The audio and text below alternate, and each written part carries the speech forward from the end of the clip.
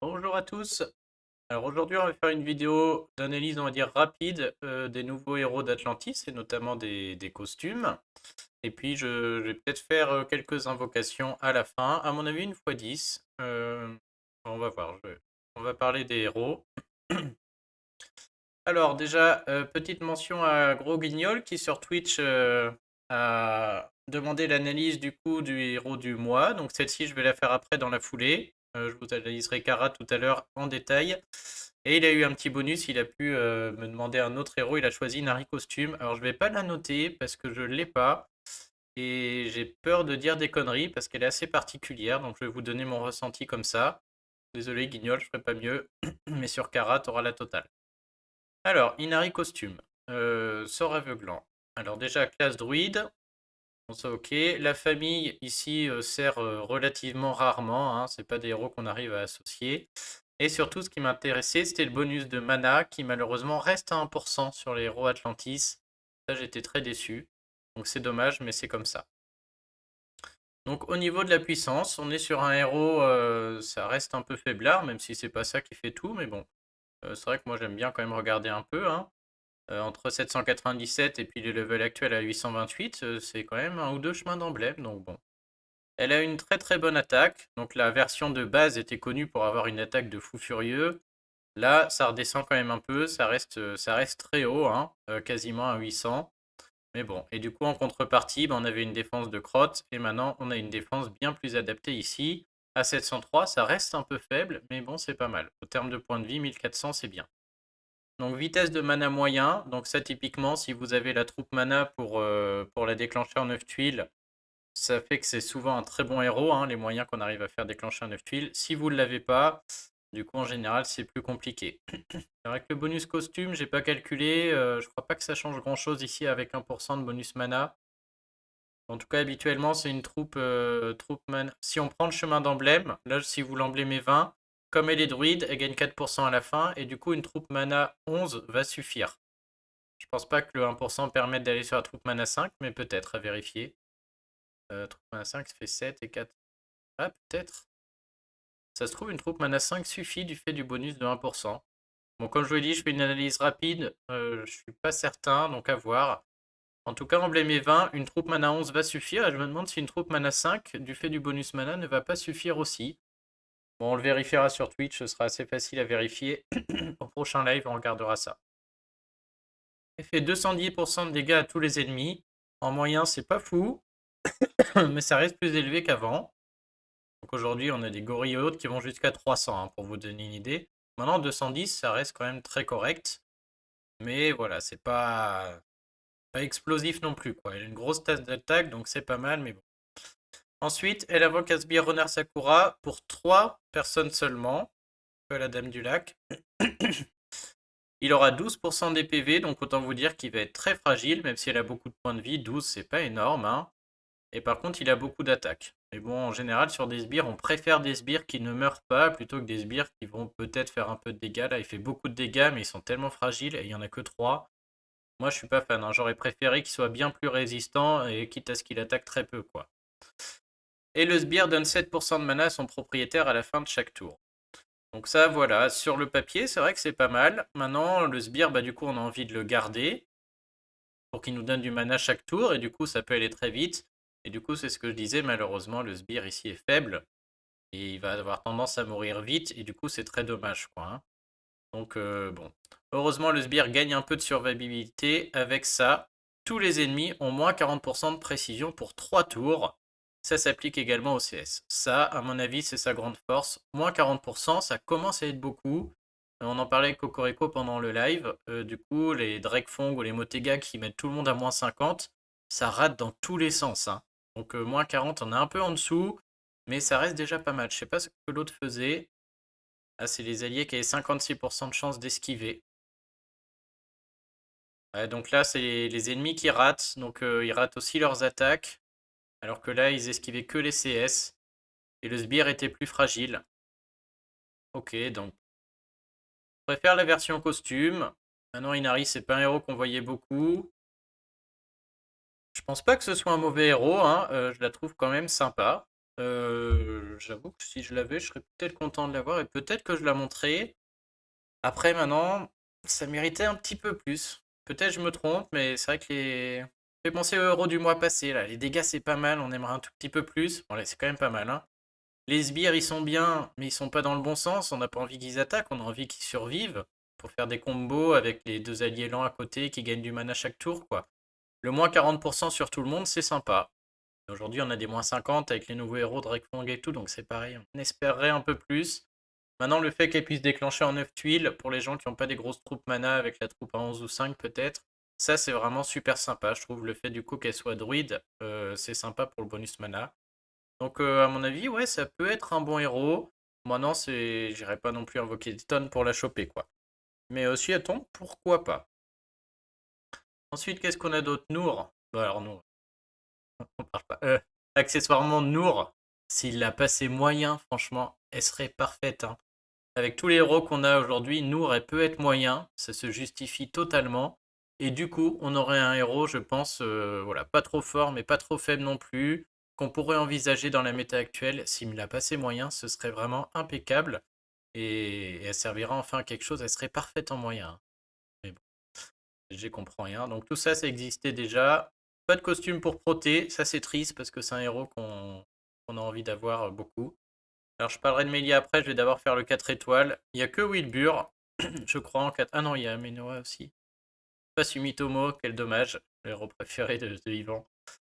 Non, Mélisus aussi, j'en parle après. Alors dans les 4 étoiles, Gaderus. Alors lui, je vais passer vite, parce que bon, avec un bonus mana à 1%, comme il est lent, il reste lent, et donc les lents 4 étoiles, franchement, on s'en sert rarement.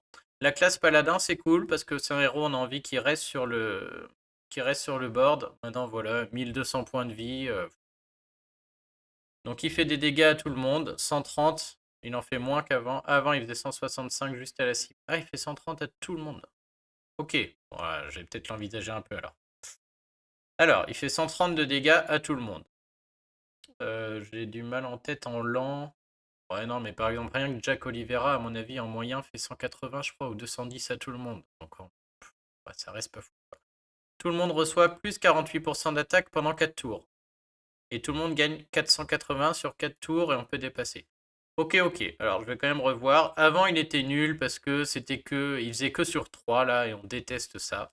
Maintenant, le fait qu'il tape tout le monde, qu'il mette le bonus d'attaque à tout le monde et surtout qu'il booste la santé de tout le monde, et 480, ça me semble pas mal du tout sur 4 tours. Je vais vérifier avec un regard costume qui est un peu ma référence là-dessus. 609 sur 3 tours. Ouais, donc c'est pas fou non plus. Et ça reste pas fou, pas fou. Bon là, pareil, voilà, j'ai pas trop envie de me prononcer parce qu'il faut l'essayer pour voir. J'ai pas l'impression que c'est fou, mais il regagne, ouais, il retrouve quand même une seconde jeunesse et comparé à la version de base, il n'y a pas photo, hein.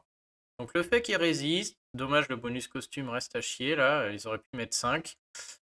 Est-ce que maintenant sur la ruée, il reprend pas un peu du sens? Là effectivement, mais bon, en GD à ruée pour lui mettre la bonne troupe mana, mais bon, comment dire, en tournoi ruée 4 étoiles, c'est toujours pareil. C'est pas un héros qui va déclencher en 6 tuiles parce qu'ils ont pas mis le bon bonus mana là. Et du coup, je suis pas sûr, hein. Est-ce que ça en 7 tuiles on a envie comparé à un Franz qui en ruée fait 7 tuiles aussi? Ouais, je dis pas, ça me paraît pas mal, hein. C'est vrai que le 48 à tout le monde. Pour les titans en vert, on a personne qui augmente, un caméléon, mais bon. Pourquoi pas? Peut-être qu'il va retrouver une seconde jeunesse, un peu de temps en temps en titan normal, un peu sur la ruée. Mais bon, de là à invoquer pour lui, encore une fois, très peu de points de vie. Moi, c'est pas mal, quoi, mais je suis pas non plus très enthousiaste. Quand je vois les 4 étoiles qui arrivent sur les gargouilles dans 2 semaines, voilà quoi, hein. Ensuite, en 4 étoiles, on en a une autre, c'est Amenoa, là. Elle est où elle? Franchement, quitte à faire, ils auraient pu tous les faire. Donc, ils nous l'ont changé. Donc en termes de stats, c'est pareil, des points de vie qui restent un peu ridicules. Supprime tous les effets appliqués et cumule du lanceur, donc de elle-même. Supprime même les effets et cumuls qui sont normalement non dissipables ou purifiables. Donc elle enlève que les choses sur elle. Donc, bof. crois qu'elle va se remettre encore en fantôme. Donc elle refait toujours la même chose, quoi. Déjà qu'elle servait à rien en version normale, je vous rappelle. Elle est rapide, elle était déjà rapide, ouais.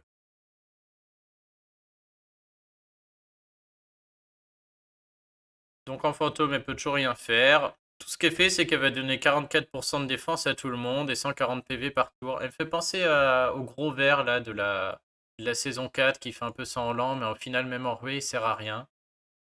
Pareil, je peux me tromper, mais moi, elle m'intéresse pas. Ok, c'est rapide, hein. Mais qu'est-ce que tu veux faire de ça imagine en tournoi, peut-être tournoi booster de bonus.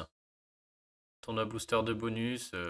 Le tournoi sans soin, il sert à rien. C'est le seul moyen de la monter, c'est pour les tournois booster de bonus. Ouais, disparaît pendant 4 tours, tout le monde se soigne. Peut-être en booster de bonus, mais de là, voilà, la choper, elle a monté juste pour le booster de bonus. Avec tout ce qu'on a maintenant, des Sergaïotes. Mais bon, elle est rapide, quoi. C'est vrai que des rapides en violet, on n'en a pas beaucoup. Donc peut-être qu'en booster de bonus, elle a sa place. Mais bon, la version de base, déjà, elle n'avait pas trop. Maintenant qu'elle attaque et qu'elle donne la défense, peut-être. Du coup, vu qu'il y a ces deux nouveaux effets, si je l'ai, peut-être que je la montrerai juste pour les tournois booster de bonus 4 étoiles. Après, à part ça, un peu en GDA si vous n'avez pas mieux, hein. Mais sinon, je crois pas qu'elle ait sa place ailleurs. Et donc, si j'invoque, parce que là, jusque-là, je suis pas très enthousiaste. Donc, bien sûr, c'est pour les trois suivants. Donc, Wilbur costume. Alors, lui, pareil, je vais faire double analyse. Si vous ne l'avez pas, c'est incroyable, parce que ce qui est bien ici, c'est que son costume fait une chose totalement différente de sa version normale. Et donc, on a du 2 héros en un là.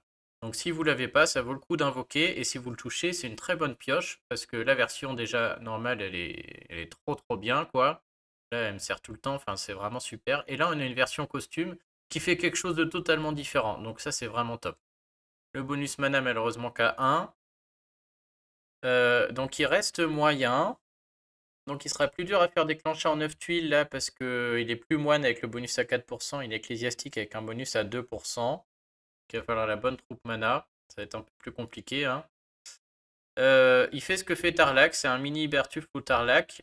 Et c'est là où je dis c'est super d'avoir un truc comme ça, mais malheureusement, donc tout le monde gagne plus 100% d'attaque, c'est comme Bertuf par exemple. Ça peut se cumuler aux autres effets, mais le plafond vient flinguer tout ça. Il a un plafond à 140%. Et ça, c'est pas neutre, hein. C'est-à-dire que si vous jouez, on va dire pas de manière soft, mais voilà, moi je suis dans l'optimisation à mort et du coup ça m'intéresse pas. On va dire, voilà, si vous jouez régulièrement avec un peu d'objets ou tranquille et que vous n'avez pas vocation à faire un top 1, il est incroyable. Vous allez avoir un booster de bonus en rouge, ça n'existe pas encore et donc c'est super sur des titans normaux ou autres, c'est top. Maintenant, si vous jouez dans l'optimisation de faire un super score, et notamment je pense au mythique, où on veut en une, deux ou trois attaques que ce soit terminé et qu'on ait validé le top 1 partout, et bah plafonner à 140, c'est affreux, hein. Et du coup, il va être nul, hein. C'est-à-dire que si je joue un mono rouge et que j'ai Wilbur, bah c'est pas Wilbur que je mets, ça va être Bertulf, parce que je veux faire 100% d'attaque, mais je veux pouvoir aller à plus 150 avec la bannière Titan, voire un peu au-dessus si j'ai Tarlac ou Mickey, mais le plafonner à plus 140, c'est horrible. C'est horrible. Je vous montre Bertulf, hein, mais lui, il est plafonné à plus 150, il me semble. Plus 160 même, on peut même avoir du gain élémentaire. Donc là, ils lui ont mis quand même un gros, gros coup de frein, hein. Ça, croyez-moi, c'est pas neutre. Là, le plafonné à 140, ça fait que tout d'un coup, bah, c'est pas si ouf que ça, hein. Donc, ok, il y en a plein qui seront ravis, mais pour les joueurs qui commencent à avoir des Bertulf, des Tarlac, des Mickey, et bah du coup, sur un gros gros scoring avec objet, et bah ça là, ça vous flingue le héros, hein. Donc bon. Et après, tous les alliés se soignent. Alors 280 sur 4 tours, ça m'a aussi l'air ridicule ça, hein. Je sais pas si c'est par tour ou sur. Ouais, je crois que c'est sur 4 tours. Sur 4 tours, c'est pas fou, hein. C'est-à-dire 70 PV par tour. Ce qui est vraiment pas beaucoup, quoi.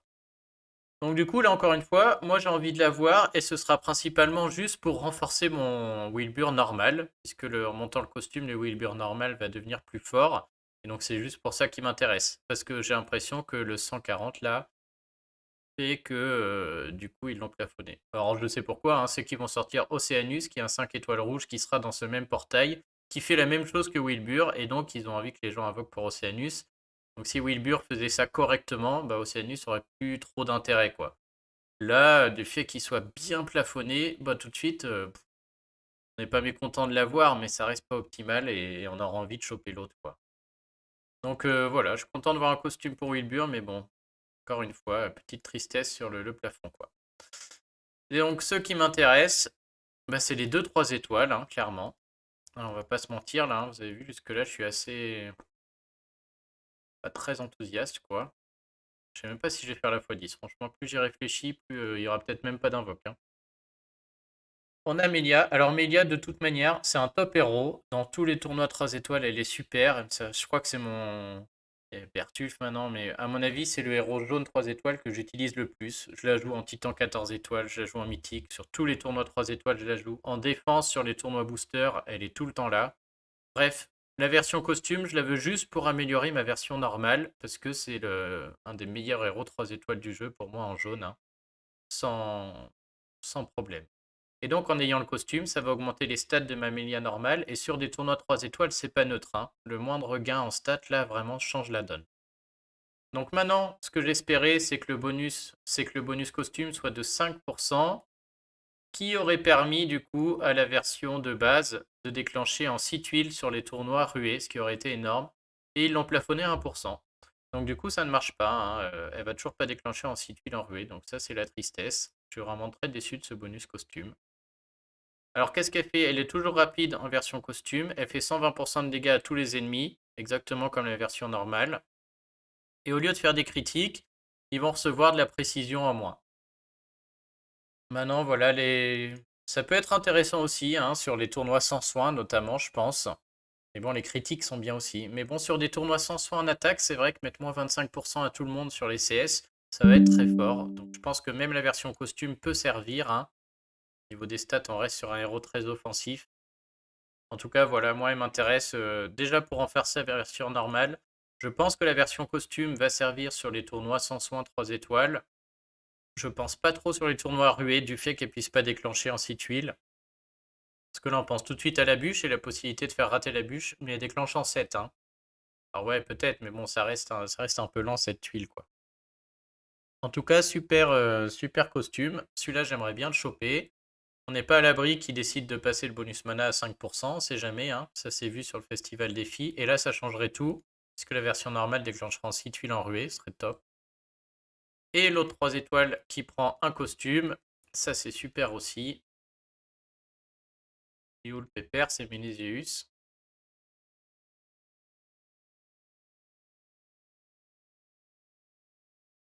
Ah, en plus, j'ai touché lui tout à l'heure. Là, j'avais deux invoques, je les ai fait. J'ai touché Agoué qui a même pas de costume. Dégoûté. Donc, c'est pour ça aussi que j'hésite à attendre parce qu'ils vont sortir d'autres costumes. Donc, au bout d'un moment, autant attendre les nouveaux pour qu'ils soient tous là, quoi. À voir.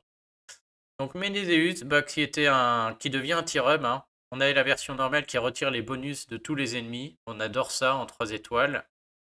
Et on a enfin la version costume qui, du coup, purifie les effets négatifs des alliés. Tout ça en rapide. Mézius était un peu faiblard, hein, mais maintenant avec le costume, il gagne un peu des stats. Et donc là, c'est incroyable. On a un mini Kaedmon, on a un équivalent Tyrum sur les tournois 3 étoiles. Tyrum, je l'utilise à toutes les sauces, hein. En tournoi 3 étoiles, il est tout le temps là, il est là partout. Et donc Ménézéus, bah clairement, si je chope le costume, il va rentrer partout aussi, quoi. Donc voilà, au niveau bonus costume, le 1% change rien, il est rapide, ça change rien sur les tournois, mais il n'a pas la bonne classe. Mais vraiment, ouais, super, hein. Le fait de renforcer la version normale et puis de pouvoir alterner entre je retire les bonus ou j'enlève les effets négatifs des alliés, c'est super. Pareil, contre la bûche, il déclenche pas en 6 tuiles, donc toujours pas le héros anti-bûche, malheureusement. Il pourra rentrer, hein. Mais bon, ça reste encore pas fou, mais bon. Donc voilà. Donc en analyse rapide, les 2-3 étoiles, moi, me font très envie. Ils feront la différence sur les tournois 3 étoiles, hein. Et puis bah, je vous rappelle que plus vous faites de top 1, plus vous avez des terres, plus vous avez d'emblèmes, et plus vous montrez vite vos héros. Donc ça vaut le coup d'être fort en tournoi 3 étoiles. Et donc les deux lames font envie.